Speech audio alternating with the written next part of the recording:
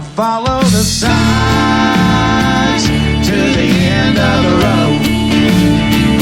Don't let the rain make you lose control.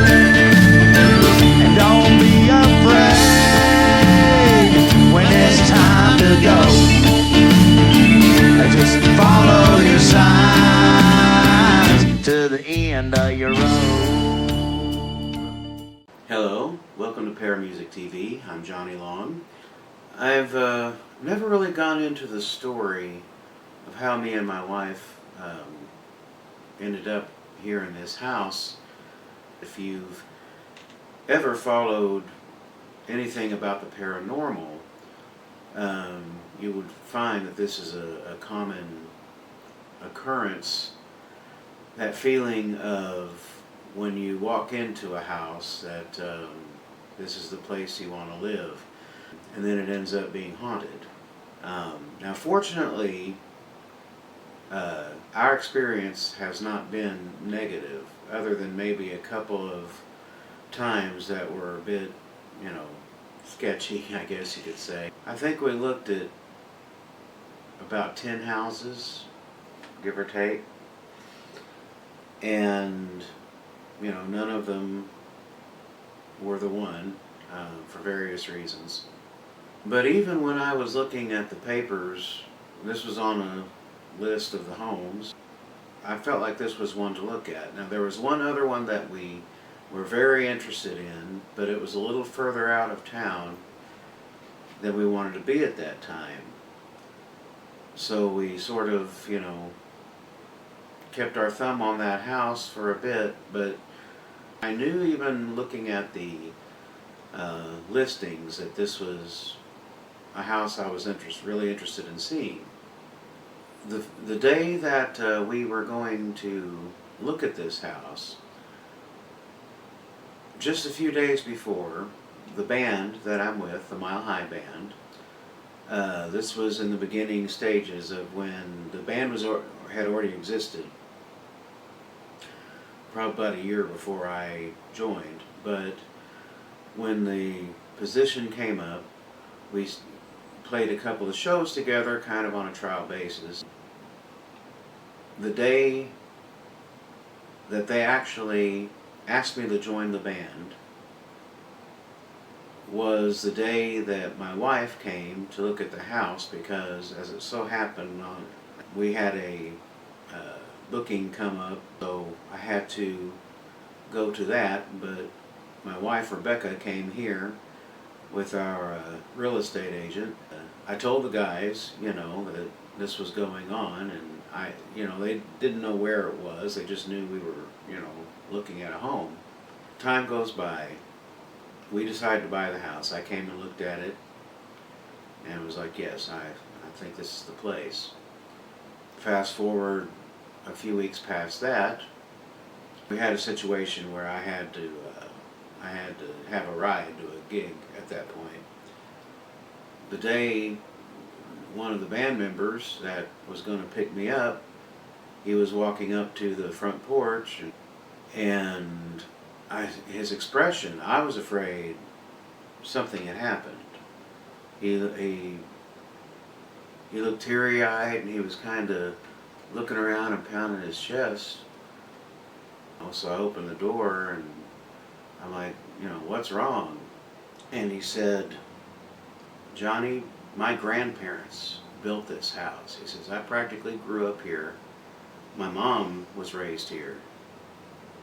And both our minds were blown, needless to say. However, by that point, because we had moved into the house completely then, we'd had a couple of experiences already. When we started painting walls and things, we had some friends over and helping us out, and one of them, while we were painting, I believe it was our bedroom,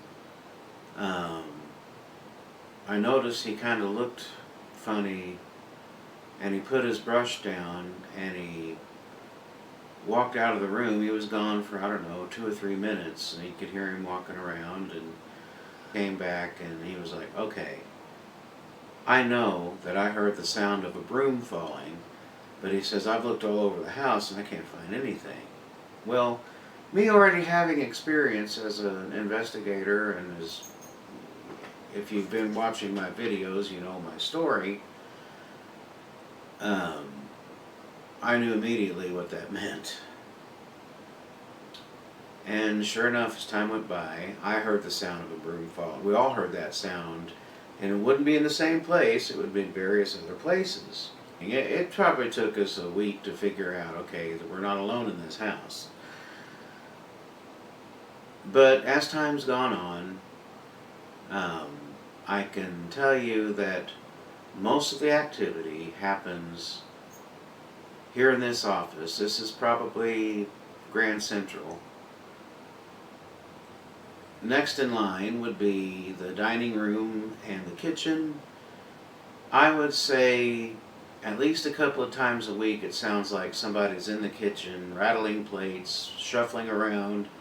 Occasionally you'll hear it sounds like one of the cabinet doors shut. But the thing about it is, when you go to look, it stops.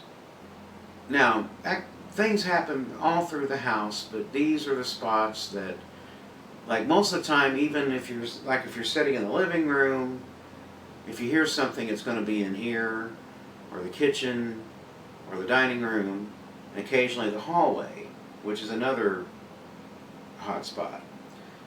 I'm going to do an experiment where I've got the REM pod in the kitchen. I will probably get my digital recorder, ask questions, use the K2 meter.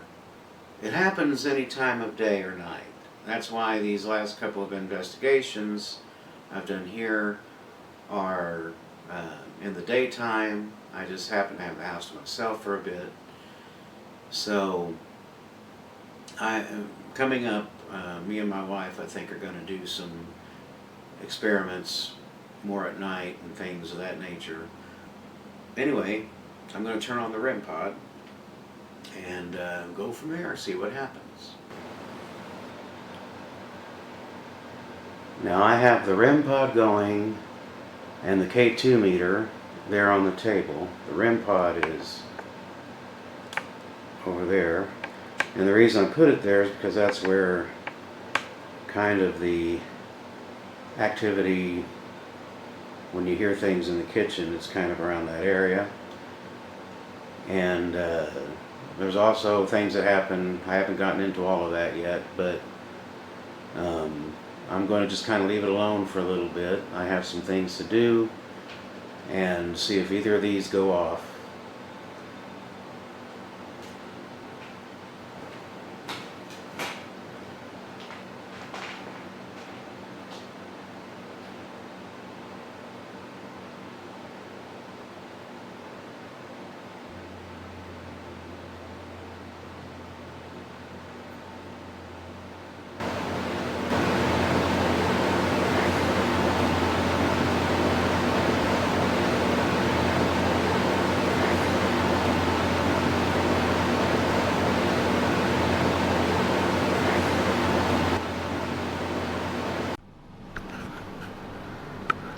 I'll leave it next to the K2 meter.